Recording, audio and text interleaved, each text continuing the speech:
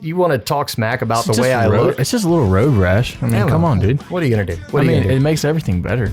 Ask my wife why I went bald on the sides. Oh, I don't even want to know.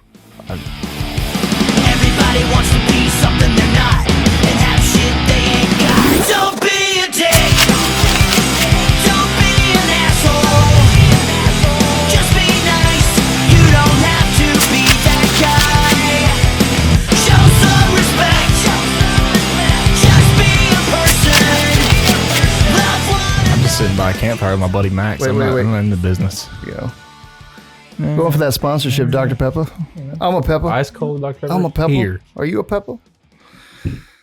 So We got room for like a cooler, I know, with like a logo on it or something. again, if this is what we're going to go with. By the way, Jackson made this logo. No, once you're ready and once you're finally happy, I like this. I dig it. I really do dig it. Like now, I'm just like, Okay. This is.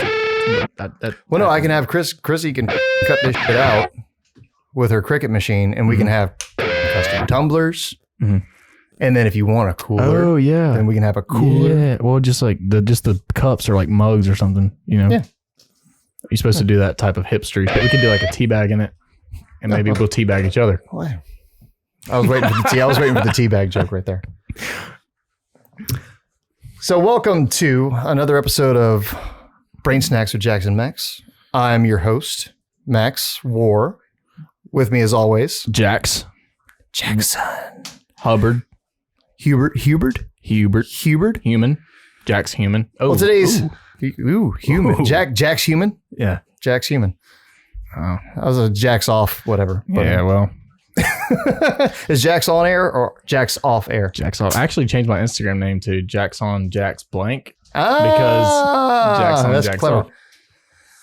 So welcome to another episode of Jax and Max Brain Snacks. Whoop. We're serving up snack packs. Today we are wanting to discuss feeling stuck in life and how that can be to your detriment. How we can help you. As an individual. It's pretty much the topic. The reason we're discussing this is because we both had similar circumstances, and everybody feels this way at some point in their life where they're just not happy with where they are, and they feel like they can't go any further, or they feel helpless. They feel like they can't get anything accomplished in life outside of what they are, and they feel anxious. They feel overwhelmed, and maybe we can help you get past that by talking about how we've personally overcome our own personal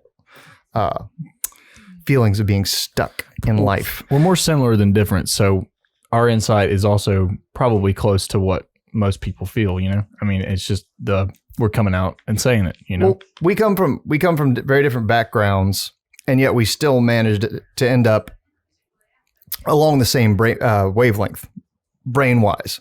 So that's, again, yet another reason why I really wanted to do the podcast with you, is because despite our difference in age and despite our difference in upbringing, we're not the same person, obviously, but we have very similar. you're far superior.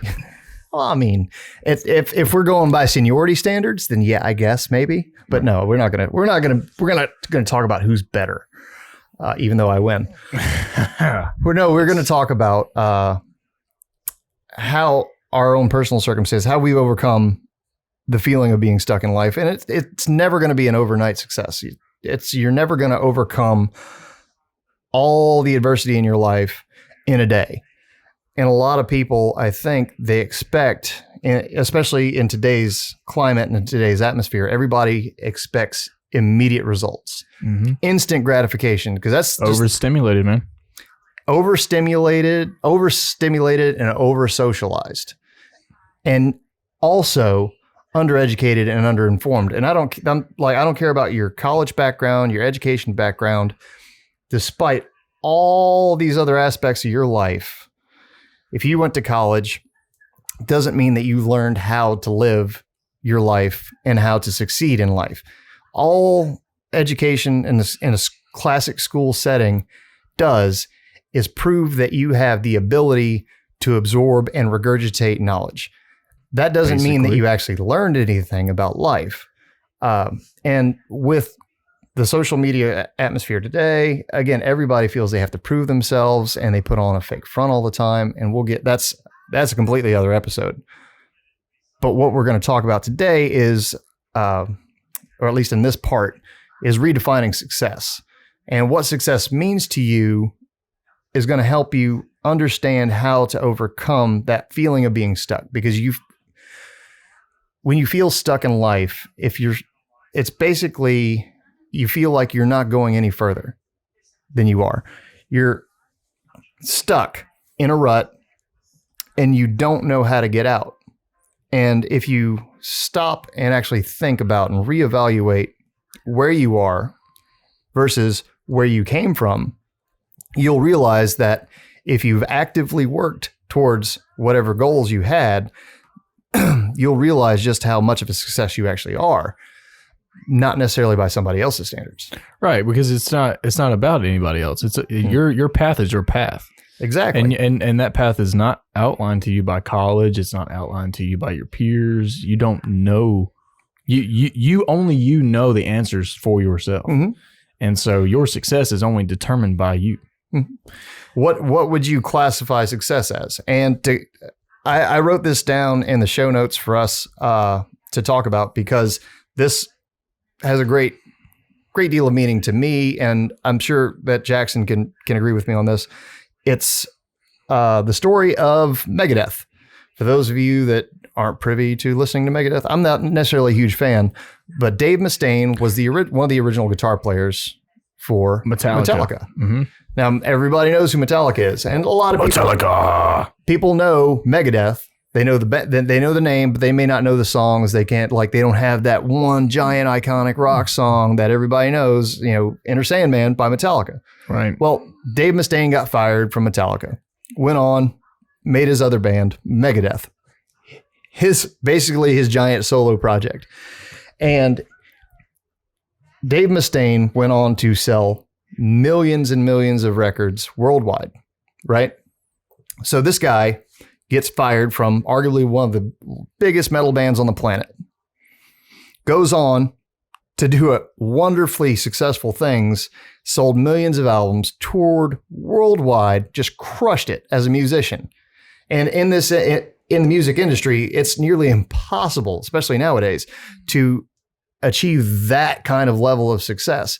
And yet Dave Mustaine still feels like he's a failure. Right. Because he's comparing himself to something that, it's unrealistic. Well, he's holding himself to a completely different standard. Mm-hmm. And I think it's a little bit more, I understand why he has a hard time getting over that, why he still feels like he's a failure. Because when you were a part of something at the beginning and then you get booted out. You would feel like, I'm not good enough. Mm-hmm. But if I'm not mistaken, I think that it was because he was too good. Or maybe that was, Les Claypool was too good for Metallica. Les Claypool didn't get the job with Metallica because he was too good. And I think he was just way too goofy for Metallica. Mm-hmm. And again, somebody like he's so goofy, but he's so serious. Yes. He's so serious about being goofy. I love that. Well, he takes his goofiness extremely seriously. And Les Claypool, I think, is completely comfortable with his level of success. And a lot of people, especially the kids today, they may not know this, but Les Claypool wrote the intro song for South Park. Yeah. A lot of people don't know that. I think he actually even may have done the remixes for the current seasons. I'm not sure. I know he did the original, and they still did. They just do remixes of the variations of the original now. But we digress, because this is what we do. We go way off topic. Yes. But we have to discipline ourselves. But Dave Mustaine, you guys don't know all the work we've done behind the scenes to do that. Dave Mustaine, despite being like a gold album, platinum selling artist, he still felt like a failure because he was comparing himself to somebody else rather than appreciating his own accomplishments. Right. So if you are feeling stuck in life and you feel that you're not at the level of success that you feel you should be at, perhaps it's time to reassess what you classify as success. Mm-hmm. And you have to learn to accept yourself in some ways. I think you have to just Absolutely. accept and not just as like, oh, I'm going to accept myself, like as in accept defeat, but accept where you are right now. No matter if that's with if you say you're wanting to lose weight and just accepting where you're at right now and looking at it objectively. Yeah. And then you do great things when you learn to accept Absolutely where you're at right now. Well, Because without that, your brain is just going to go into chaos. And that's what I think does to a lot of people. well, this depending on when this airs, this may be a little bit farther in the rearview mirror, but I actually had a awesome interaction online on social media with a couple of people that were bashing the band I play for, the Velcro Pygmies. And they came on. This is, again, in the time of COVID. Lockdowns are still kind of a thing, but restrictions are loose all over the Southeast, which is where we're based out of. And we haven't even played in Birmingham, Alabama since pre-COVID. So it's now been over a year since we played. Right. Don't do that, Why? man. Why? Come on now. Ah. I'm just trying to make Big Brother happy, okay? Look, the CIA is already listening to us. The NSA is watching. No, man. Cut this camera. They don't need those cameras, man. They're fine. They're listening through our phones, and they're actually taking sonar images of the entire room right now. Hey, They know Andrew's here. By the way, we want to thank Andrew for coming out and letting us use his camera. We appreciate you being here. Thank you for helping out and being a part of this. Also with us as always is the mighty Dustin Trey back here. The man, the myth, the legend. How's that Packers game going? Again, just to give you guys an idea of when we recorded this. Down 1 touchdown. Packers are down by 10 yards 7, from a touchdown right now. 10 and they're in the red zone. Okay, so just give us a big whoop if they win. Okay, so I was having this huge online interaction where people were bashing the Velcro Pygmies for continuing to play shows during COVID. Now, my argument to them, how else are you going to eat? Well, they expect me to go back out and work a regular 9 to 5 after dedicating more than half of my life to my craft.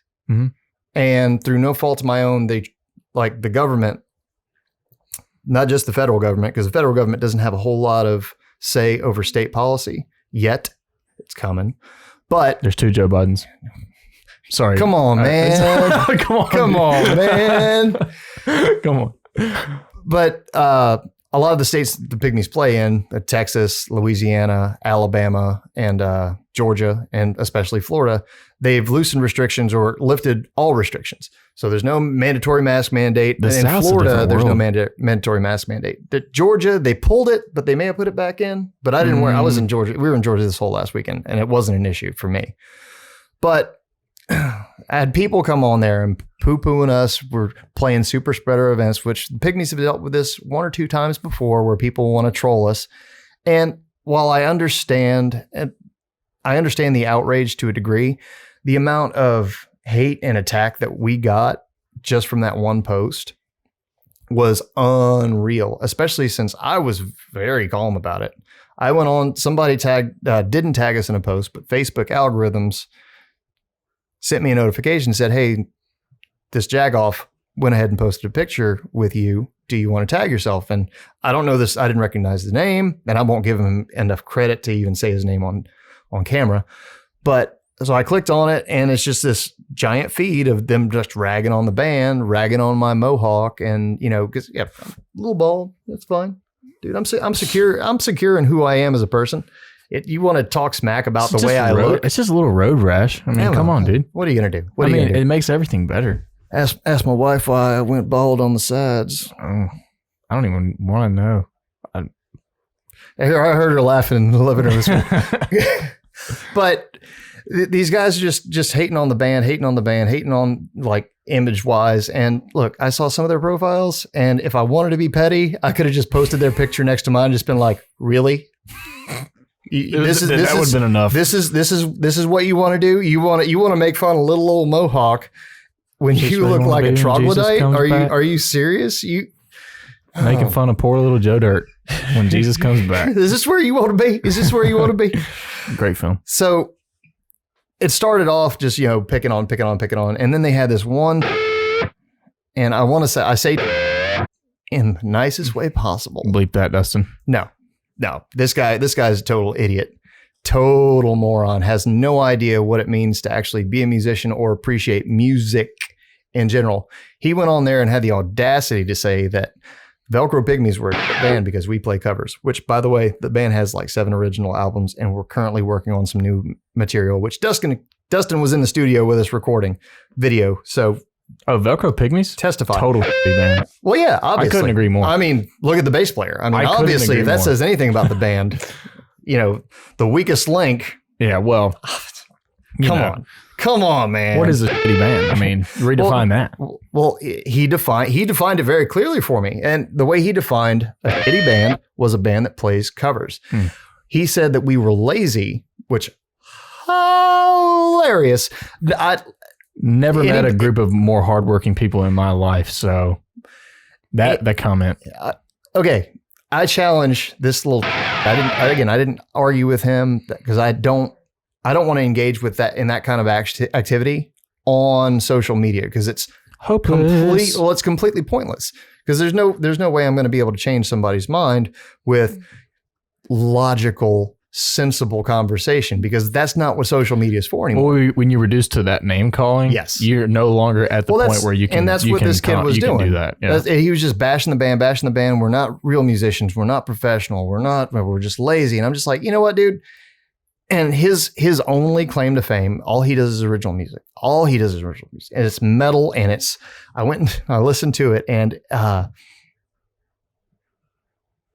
he needs to spend, like, instead of writing so much, maybe he just needs to pick a few songs that he really wants to do and go to a real legit studio and spend the money on the production because the quality of it was atrocious. Well, and it's like, me, like I could, if someone's nice and supportive of hardworking people like the Pygmies, I can look past a lot of that. Yeah. And do your original music. I don't care. You don't have to play covers. No one's pointing a gun and saying you have to do this, you have to do that. But at the end of the day, what you guys are is a business. Yeah. So, I mean, and a good one at that. So, well, again, 30-year track record of success is kind of hard to argue with. Most bands have a longevity of 4 years, 5 years tops before people start splitting off, and that's just the nature of business because eventually personalities start and friction forms. But this kid, metal artist, I don't think he can sing. Metal. Well, again, hey, it's cool. It's I cool, love man. metal, Dude, come on, man. But he can't. I love Limp Bizkit. For somebody that's talking to somebody that plays music for a living, I don't think he could sing or hold an actual note. Everything he does is screaming, which, hey, that's your thing? Dude, I'll listen to it. Right on. His main claim to fame was that his band opened for Cannibal Corpse. And I'm just like, okay, 99% of the people on this thread have no idea who Cannibal Corpse is. 2, I was listening to Cannibal Corpse when you were probably 6 years old, pissing your pants, scared of the boogeyman in the closet. Right. One of the first songs I learned on guitar before I realized how terrible I was at it was and Strangled by Cannibal Corpse. I'm like, he's talking down to me while he has no idea who I am as a person. He's degrading anything I would have considered an accomplishment or success in my life. And I'm trying to explain to him, I was like, just because you feel that what I'm doing is not of value doesn't mean that other people don't see value in it. And that doesn't necessarily negate the fact that I should feel proud of my accomplishments. I mean, have you ever listened to Yoko Ono? I mean, I don't think there's any value in that. Oh my God, does. dude, why would you put that in my head? I mean, no. But I'm also like on the wavelength to be able to have the capacity to understand why somebody would like that. I don't personally like it. Yeah. But I'm just saying, everything in life, you can choose to go deep or you can choose to be name calling and be an asshole. You know what I mean? I mean, so I'm saying, like, you can immerse yourself in like, okay, these guys are playing 4 shows a week consistently, playing for what? I mean, I would say a bad night for y'all is at least 500 people. Yeah, so, well, I mean, depending on the venue, I mean, you pretty much pack out the venue. On average, we the majority of the time we play to pretty well packed venues. Right. So you can either you can think, well, would I want to trade places with this person? Mm-hmm. Would I want to maybe not work at, Best Buy anymore? Yeah. And I mean, you start Well, you start to be able to appreciate and understand why somebody would want to do something like that. And I mean, it's not that you're incapable. I mean, you've been in several original bands that great music. Yeah, I mean, again, I've written albums worth of music. Yeah. But the fact, and he couldn't get past this, is because of COVID, he blamed the Velcro Pygmies specifically, not the venues, not other bands, the Velcro Pygmies for perpetuating COVID. We are solely responsible in this kid's eyes. And I say kid because if he's older than 21 and still talking the way he is, God help this country. Which honestly wouldn't surprise me anyway at this point in life.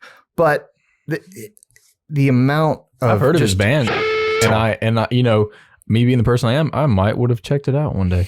Well, what he fails to realize is that the Velcro Pygmies, myself and the band in general, we've actually gone out of our way to help promote other bands that wanted to do more or play more, or just bands that we had a connection with. Which is one of the reasons why the Pygmies are so successful, because the Pygmies have never been about the Pygmies. The Pygmies is about everyone else that's involved. A fan base. It's about fan base, it's about, and then community. And the most powerful leaders are the ones who bring others up. Mm-hmm. So how could you argue with that? Well, there was no arguing logic with him, which told me a couple of things about him. As a musician, he is extremely immature, because he can't make that parallel between performing live and making a living, even if it's playing covers or originals. He can't make that parallel, that I'm still a performer and an entertainer and a musician. He refused to accept that. And when I realized that, I cut ties with the feed. I'm just like, well, you know what? I tried to be polite, and obviously you just want to be a so you can't convince that. I'm just gonna wash my hands of it and be done. So I washed my hands. I walked away from it, and hope you feel successful. Well, I actually in my farewell, I said, stay safe, keep rocking, and I wish you nothing but success. And I hope this kid, and that's when you're the bigger man. I hope this kid sells million records as a black metal artist. But realistically, I know in this market, it'll never fucking happen. Certainly not with his attitude. Yep. Because going back to the success, how this ties in, I used to be that kid. When I was your age, I was all original. That's all I was about. I was all original band, and man, we were really good in my mind. Mm-hmm. I'm not sure how good we actually were, but I like to think that we were pretty good. And we were entertaining. Every project I've ever done has always been high energy, especially the live shows. But when I was your age, the way I would define success was, I'm going to be on MTV. And this was, again, because I'm old compared to the rest of you guys.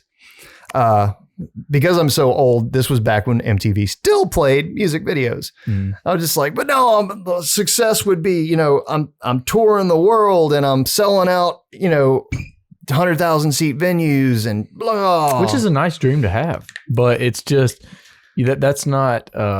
You don't do it for that. No. First of all, that's the one reason you won't succeed. Because if that's what you want, you'll never get it. You can't want something so bad. Yeah.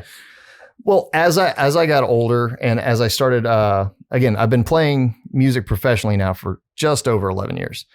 And I've come to I don't know. That's awesome. I've come to the understanding, the realization for myself, regardless of what anybody else thinks about it, is that what I do now is a success. Mm-hmm. I consider myself a success. Now, I'm not saying that monetarily I'm successful. I'm not saying that spiritually I'm completely successful or fulfilled, but I will say that you're not dead yet. Exactly. I'm working on it. I'm working on it. Every day. I'm one step closer to be morbid about it. But to read, like, the way that my mindset has changed over the years is I went from being that kid, it's like, you shouldn't play covers, you're just lazy, blah, to now my passion for performing and playing music. I do that for a living. I don't sell shoes at Journeys anymore. I don't work 60, 70 hours a week killing myself and then like trying to squeeze in my live shows on the weekend. I go out and I play with my band, or my wife and I go and play an acoustic show. And what we do, that's how I make my living. That's how me and my wife, that's our sole source of income. And we're in this beautiful home. Oh, but it's pretty-ish. I mean, it's only because my wife knows how to design. Like otherwise, she cracks the whip though. I've been working on this house pretty hardcore during this lockdown. It looks great, man. Thank you again. Thank you, Chrissy. There she is. That was really loud in the mic, probably. Yeah, a little bit. But it's all about perspective, man. I mean, and that's how what you my ultimately changes your perspective, and that will help you in a lot of different ways. Yes. It will help you not feel so stuck. It will help you appreciate things that maybe you didn't, and that's it will change you. Your perspective will. That's change how you. redefining success worked out for me, is coming to that realization that, I may not, because the percentage of musicians that actually succeed and make it according to like monetary standards, that they're so few and far between. I have friends in other bands that have actually been signed by Sony. They went out, they recorded like 7 albums worth of music, and not a soul heard any of their albums because Sony shelved them. This was right when Fall Out Boy came out. Talk about a sellout, man. That's a sellout. This is yeah. If you guys want to check it out, it's a great band. I think they play once a year in Baton Rouge, Louisiana, and that's where they're from. There's a band called Merriweather, spelled like Merriweather and Clark, Lewis and Clark. Merriweather Lewis. What genre? They were they were rock, but they were along the same lines of Fall Out Boy. So they're no longer around? No, not anymore. Okay. No. So they don't even play. Unfortunately, they don't they play were a great They band. don't play once a year? Or they do still play once a year? They usually play like one show a year, and they play at this place called the Varsity Theater in Baton Rouge. That's super cool to me. See, like that well, to me, they're all friends. That's cool. Like that's what people want to see. They wrote some great music, but when they got signed, and again, I still categorize them as a wildly huge success, because this band that I knew the guys, they got signed and went off to LA, and they recorded all these albums. But what sucked for them is when they got signed, it was the same time that Fall Out Boy started releasing singles. So they could have been Fall Out Boy. Well, they were now Sony. It wasn't their decision to get shelved. It was Sony's decision to be like, well, now the market's oversaturated. Oh, yeah. So, and they didn't sound like Fall Out Boy. I'm just saying that was kind of the genre that I'm guessing that Sony put them in, because they weren't hard rock. They were more poppy-ish. Not that they weren't simplified music, but they were like pop punk, pop rock. Mm-hmm. But they got shelved, and that's terrible. But I mean, again, they got way farther with their original music careers than I ever did. Mm-hmm. Well, and nowadays, what's so cool is that there's no gatekeepers. Nope.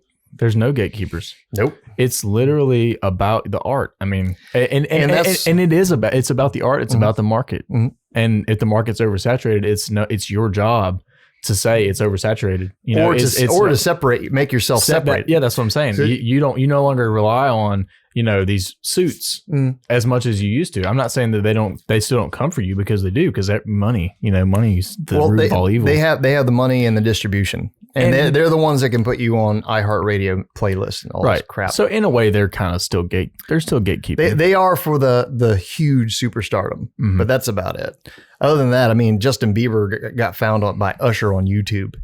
Right. Not to really give him. And that was when that's then. Mm-hmm. So now it's even less about trying to convince record label heads. Oh, again, they're not going to be investing the kind of money that they used to. They don't have to anymore. No, I mean, they'll spend more money. Your little nook nowadays, and you say, "I'm making cool shit for my people that are cool also." Yes, and then it's like, hey, and to me, that's success. That's me. Mm-hmm. Like I'm cool with that. Like I'm cool. My success is independence. Mm-hmm. It's just independence from the machine. It's just like, and that's what I feel like you do. And that's one of the reasons I think you and I are so, on the same wavelength, because that's exactly what I want in life. No matter what I do, is to be independent from the machine. Mm-hmm. Dude, I mean, you still got to pay taxes. You sum that up so well, man. Again, I'm so glad that you decided to do this with me. Oh, dude, it's an honor. For real. God, I'm happy we're navigating this shit. Yes. I think the takeaway from this segment, again, of redefining success is evaluating where you started versus where you wanted to be and seeing where you are right now. And if you've moved forward in life, regardless of what avenue you're talking about, and whether it's, again, in your relationship or it's your job or if it's your home life or if it's just your hobby, redefining success should just be about evaluating where you were, where you plan on ultimately being, and where you fall in between there. And if you are anywhere further from where you started, congratulations, you're a success.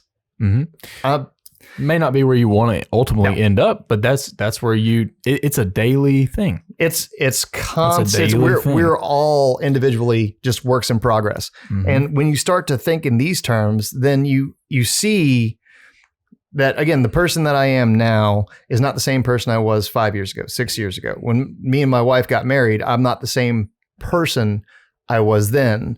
I'm a much better person now. And I consider that to be a great success. And I'm sure my wife would agree. But that's just me growing as a person. Not that I changed as a person, but like my thought process, my positivity, my negativity. Yes. You evolved.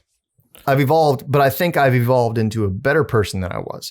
And that's the trajectory that you want in life. And that's how you calculate success. You don't calculate success in necessarily dollar signs. Again, I could go back to work. I could go back to work doing just about anything because I have a very high adaptability to whatever I choose to do. And it doesn't mean that I'm going to be wildly successful. I mean, look, you wanted to start a podcast, and I mean, our podcast looks amazing, sounds amazing. Well, a lot of that has to do with our production staff today. Dustin was here for the first episode, and now we have Andrew over here on another camera. So yeah, but it all depends on how much you throw yourself into something and trusting yourself. That's one of the big things is trusting yourself over the opinions of others and not overvaluing others' opinions. Because I think a lot of the issues that people have with their success is comparing, and that's just a negative rabbit hole you can chase off into whatever.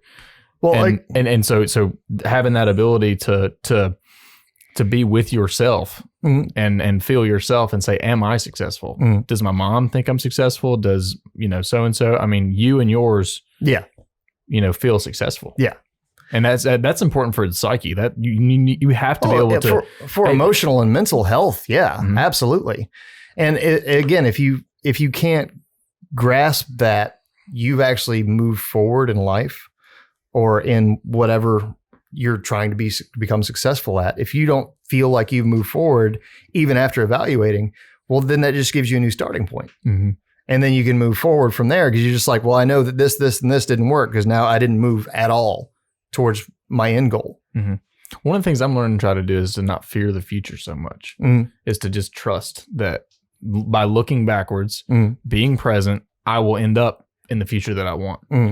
And not letting go of trying to have so much control over everything, Yeah. And just kind of knowing that my intentions are what they are and that eventually I will end up, at a better plateau. Hopefully not a plateau. That was a stupid reference, but that's what life is. Life is full of plateaus. At least for me it is, because you always want to strive for that never ending upward arc. But then at some point, you'll either get burnt out or you'll just, even let's say that you ultimately master something. So you master something. So you master it, you're plateaued. There's no more upward momentum. And then what's next? Exactly. So, and that's when you get your next upward arc, whether again, you're playing drums or doing graphic design or pulling cable. Cause I love when you said pulling cable. That's my favorite line out of your mouth ever. When did I say that? Oh, about pulling fire alarm cable? Yeah, pulling cable. I hate that. Me and the guys are pulling cable. I'm like, did I say I like doing that? No, you didn't say that you like doing it, but it doesn't mean that you don't take pride in what you do. Right. And that's like, regardless of what you do in life, to try to strive to be successful at it, just take pride in your work. If you're flipping burgers at McDonald's, if you're stuffing my taco over at Taco Bell, Sponsor us, please. We're going for 2 sponsorships today. We're going for Taco Bell and we're going for Dr. Pepper. Dr. Pepper. Dr. Pepper. I don't know But- which camera to look at. But whatever you're doing, you want $15 an hour. I better see you taking pride in your work. Yeah. I'll support your right to get $15 an hour if you don't cut my order. We're moving to robotics. That's all I got to say. Oh, on that, we're moving to robotics. And on that note, I'm going to say that we're going to go ahead and shut down this segment. Let's go ahead and move on to the next segment. Let's do. Next segment is redefining goals. Goals. Realistic goals.